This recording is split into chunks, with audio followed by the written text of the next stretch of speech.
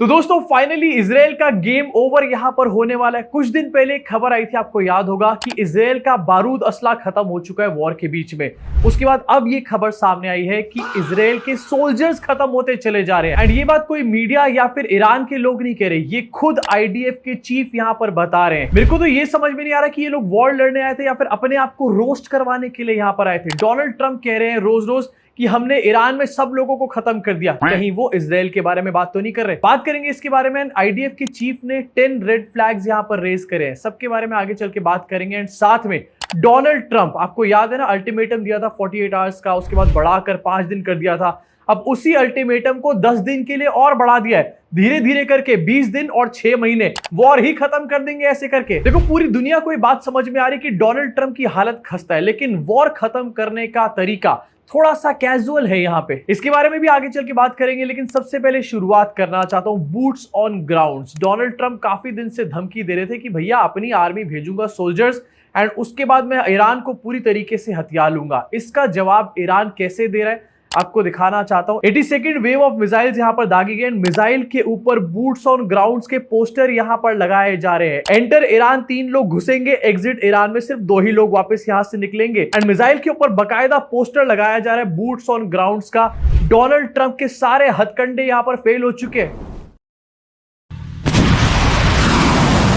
ना ही ईरान यहां पर डोनाल्ड ट्रंप से डर रहा है और ना ही ईरान उनके बूट्स ऑन ग्राउंड से डर रहा है। पहले डोनाल्ड ट्रंप के थोपड़े को लगाकर मिसाइल पे उड़ा दिया गया था, शायद डोनाल्ड ट्रंप उसी को गिफ्ट बता रहा था, और अब यहां पर बूट्स ऑन ग्राउंड्स का पोस्टर लगाकर हवा में मिसाइल दागी जा रही है। बेइज्जती पर बेइज्जती। डोनाल्ड ट्रंप की हालत कैसी हो चुकी है, डोनाल्ड ट्रंप का मुंह एक बार आपको दिखाना चाहता हूं।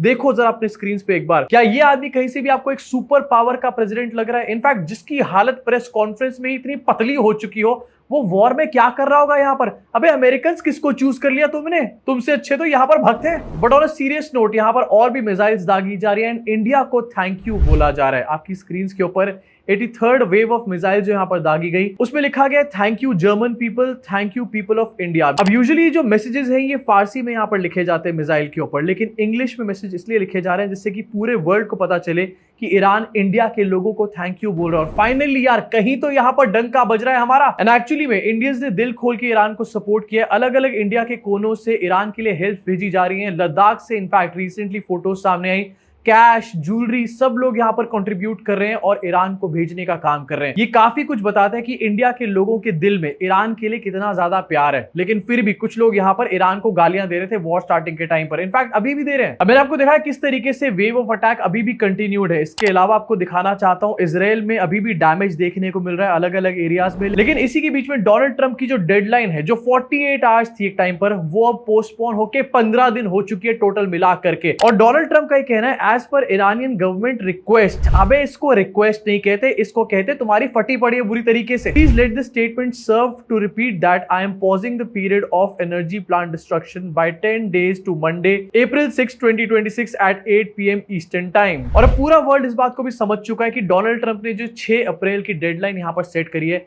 इसको भी डोनाल्ड ट्रंप बढ़ाने वाला है, कुछ भी नहीं करने वाला। स्पेसिफाई तो ऐसे किया जा रहा है जैसे खुद ही जाकर बॉर्डर पे खड़ा हो जाएगा। अब डोनाल्ड ट्रंप यहां पर कह रहे हैं ईरानियंस की रिक्वेस्ट करने पर, लेकिन दूसरी तरफ सच्चाइयां सबको नजर आ रही हैं एंड डोनाल्ड ट्रंप की हालत थर-थर कांपने वाली हो रही है। दूसरी तरफ डोनाल्ड ट्रंप इसलिए भी ये काम कर रहे हैं क्योंकि स्टॉक मार्केट अमेरिका का बहुत बुरी तरीके से क्रैश कर गया एंड डोनाल्ड ट्रंप चाहते हैं कि भैया थोड़ा सा तो कॉन्फिडेंस वापस आए मार्केट के अंदर। थपेड़े पड़ रहे हैं डोनाल्ड ट्रंप को। अमेरिका का स्टॉक मार्केट जो कि थोड़ा बहुत स्टेबल ऊपर नीचे हो रहा था, वो ईरान की ऑनगोइंग वॉर से कितना ज्यादा नीचे यहां पर आ चुका है, -5.4% पर आ चुका है। एंड यही अब रीजन है कि डोनाल्ड ट्रंप कभी भी कुछ भी बोल रहे हैं। डोनाल्ड ट्रंप एक बिजनेसमैन है और वो बिजनेसेस के प्रेशर को भी अच्छे तरीके से यहां पर समझ रहे हैं, इसी वजह से यहां पर टाइमलाइन को आगे बढ़ा रहे हैं। अब बूट्स ऑन ग्राउंड्स का जवाब ईरान कैसे दे रहा है ये तो मैंने आपको दिखा दिया, लेकिन ईरान इसके अलावा भी एक प्रिपरेशन कर रहा है। एंड ईरान की एक न्यूज एजेंसी तस्नीम की तरफ से पता चला है कि ईरान 1 मिलियन फाइटर्स को यहां पर मोबिलाइज इस टाइम पर कर रहा है पोटेंशियल ग्राउंड वॉर के लिए। 1 मिलियन सोल्जर्स को यहां पर ईरान ऑलरेडी मोबिलाइज कर रहा है, लेकिन डोनाल्ड ट्रंप के सोल्जर्स कहीं पर नजर नहीं आ रहे दूर दूर तक। इनफैक्ट ईरान 1 मिलियन सोल्जर्स को प्रिपेयर कर रहा है। दूसरी तरफ इजराइल के पास यहां पर सोल्जर्स की किल्लत पड़नी शुरू हो चुकी है। आईडीएफ के चीफ का कहना है कि सिचुएशन कोलैप्स हो जाएगी अगर हमने इसका सोल्यूशन नहीं निकाला। आईडीएफ के चीफ है एयाल जमीर, और जमीर तो बिल्कुल भी इनके अंदर शायद है ही नहीं। सोल्जर्स की किल्लत यहाँ पर शुरू हो चुकी है, और कितने सोल्जर्स, 1-2 हजार नहीं, पूरे 12,000 सोल्जर्स की यहाँ पर किल्लत हो चुकी है इजराइल के अंदर। अब इजराइल को ज्यादा टेंशन लेने की बात नहीं है, फादरलैंड है इजराइल,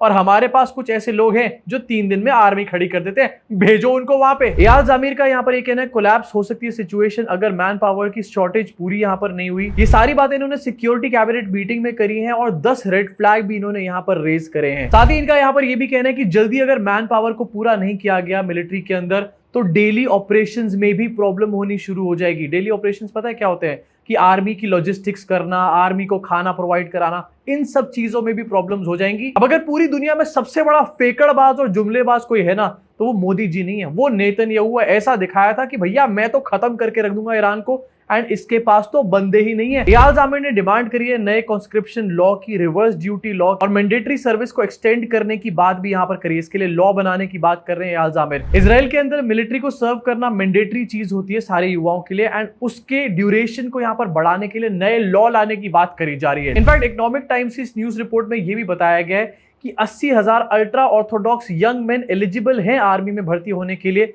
लेकिन वो ज्वाइन नहीं कर रहे हैं आर्मी को। अरे तो टेंशन क्या है, बीबी और उसका बेटा है ना, उनको भेजो ना आर्मी के अंदर, वो क्यों नहीं जा रहे। अब ये सारी बातें कोई उंज पुंज आदमी नहीं कह रहा, वहां का आईडीएफ का चीफ बोल रहा है, और ये डेफिनेटली बहुत ज्यादा वेट कैरी करती है। लेकिन इसके अलावा भी इजराइल की अपोजिशन ये भी यहां पर सेम बात बोल रही है। अपोजिशन कह रही है कि सिक्योरिटी डिजास्टर होने वाला है due to shortage of troops. Israel के मेन ओपोजिशन लीडर हैं यायर लापिड, इन्होंने ये कहा है कि भैया सिक्योरिटी डिजास्टर हो जाएगा अगर शॉर्टेज को पूरा नहीं किया गया। एक तरीके से इजराइल में कोलैप्स की सिचुएशन ऑलरेडी यहां पर आ चुकी है। थोड़े दिन पहले मैंने आपको एक वीडियो दिखाई थी, इजराइल में एक महिला नेतन्याहू के मिनिस्टर के ऊपर हल्ला मचा रही थी, चिल्ला रही थी, उनसे जवाब मांग रही थी, एंड उनको अकाउंटेबल ठहरा रही थी इन डेथ्स के लिए। एंड अब दूसरी तरफ अपोजिशन एंड आईडीएफ का चीफ खुद ही यहां पर बीबी की बीड़ी बनाने पर तुल गया है। अब अगर यही सिचुएशन रही तो डोनाल्ड ट्रंप जो बात ईरान के लिए बोल रहे थे कि हमने आर्मी नेवी सब खत्म कर दी, वो सारी चीजें इजराइल के लिए हो जाएंगी, एंड ईरान को कुछ भी नहीं करना पड़ेगा यहां पर इजराइल को खत्म करने के लिए। ऑलरेडी इनका गेम ओवर होने वाला है। बट दूसरी तरफ जरा अमेरिका के बारे में बात करना चाहता हूं, क्योंकि ये भी नेक्स्ट लेवल चोमू है, और अब पता नहीं कौन सी नई चोमूपंथी यहां पर करने वाले हैं, जो मैं अभी आपको दिखा रहा हूं। प्रेस कॉन्फ्रेंस यहां पर करी जा रही है, एंड पीट हेग्सेथ जो कि वॉर सेक्रेटरी हैं वॉर डिपार्टमेंट के, वो यहां पर सरप्राइज्ड हो रहे हैं कि देखो ईरान के पास इतनी लॉन्ग रेंज मिसाइल्स हैं, हमें तो ये पता ही नहीं था। अरे तुम्हें पता क्या था?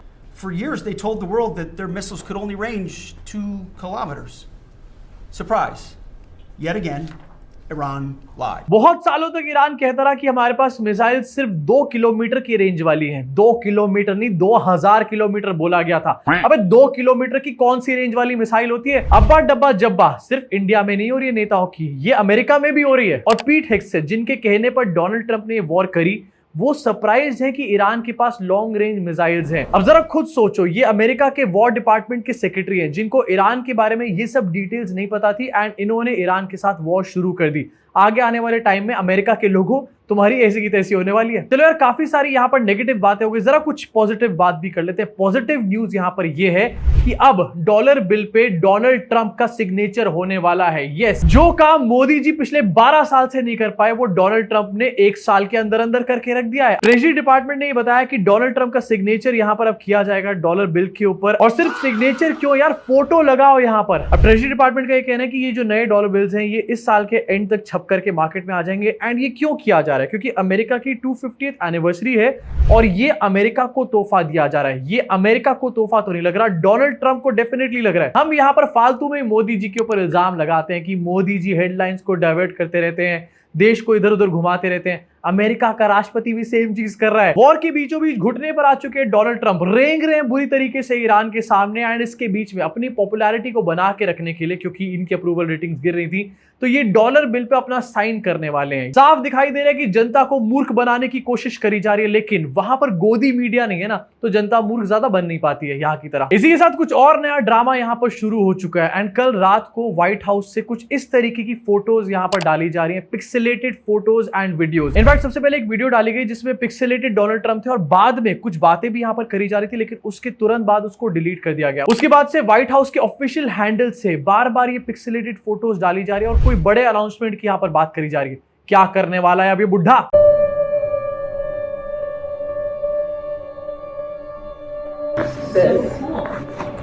It's launching soon, right? Pixelated photos के बाद एक मैडम की आवाज आ रही है, इट्स लॉन्चिंग सून राइट, और एक बंदा बोलता है यस। क्या चीज यहां पर लॉन्च होने वाली है? अब इस बुढ़े का कोई भरोसा नहीं है। पीस टॉक्स कहां चली गई अब ये भी नहीं पता। एंड इसके बाद से भी बार बार कभी डोनाल्ड ट्रंप की, कभी शायद जेडी वैंस की फोटो यहां पर पोस्ट करी जा रही है। एंड ये कोई ऐसा वैसा अकाउंट नहीं है, व्हाइट हाउस का ऑफिशियल अकाउंट। लेकिन ये क्या बकलोली कर रहा है समझ नहीं आ रही। एक और वीडियो यहाँ पर पोस्ट किया गया जिसमें कुछ डिस्टॉर्टेड सा ऑडियो है। अब किसी ने इस वीडियो को डिकोड किया, ये बताया कि इट्स लॉन्चिंग टुमारो, ये बोला जा रहा है इस वीडियो के अंदर।